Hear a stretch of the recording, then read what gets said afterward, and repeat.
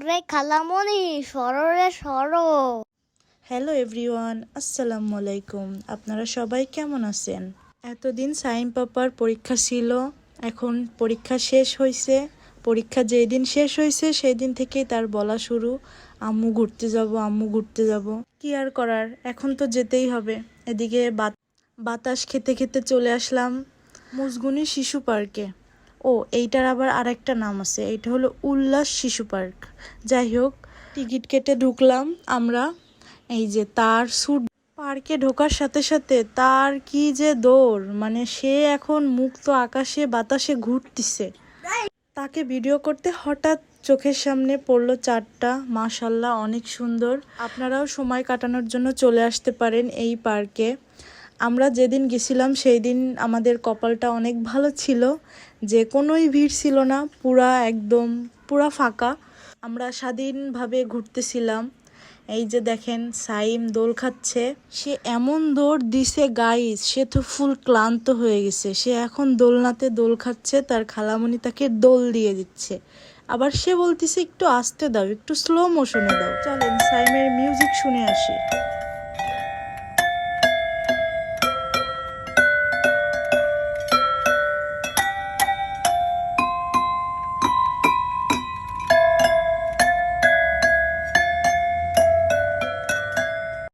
আপনাদের ঘরে ছোট বাবু থাকলে তাদের নিয়ে চলে আসতে পারেন এইখানে সময় কাটানোর জন্য। খুবই নিরিবিলি এবং শান্ত একটা স্থান।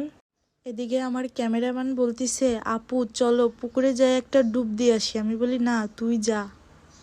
সাইকেল ঘরে না দূর, সাইকেল ঘোরা লাগবে না। সাইকেল তো ঘুরতেছি না, তাই আমি পা দিয়ে জোর জোর চালাচ্ছি। নিরিবিলি আমি একটু ঘুরতেছি, কে ছিল ভিতরে?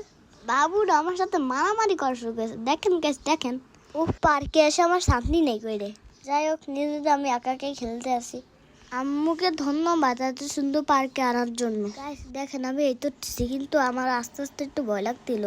ওহো কি মজা, আকাশে বাতাসে। আমার ছেলে যখন বলতে শুরু করে গাইস, সে মানে বলতেই থাকে, তার বলা শেষই হবে না। উঠতে কোথায় উঠে গেছে। এদিকে আমার ক্যামেরাম্যানের বললাম আমাকে একটা ছোট্ট করে ভিডিও নে। তার দেখেন ভিডিও নেওয়ার ধরন, মানে আমাকে ভিডিও নিচ্ছে, আমি বলতেছি আমার আশপাশ ভিডিও কর।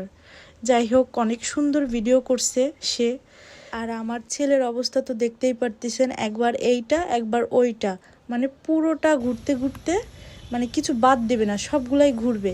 যাই হোক, এতক্ষণ আমার ভিডিওটা দেখার জন্য সবাইকে অসংখ্য অসংখ্য ধন্যবাদ। আল্লাহ হাফেজ।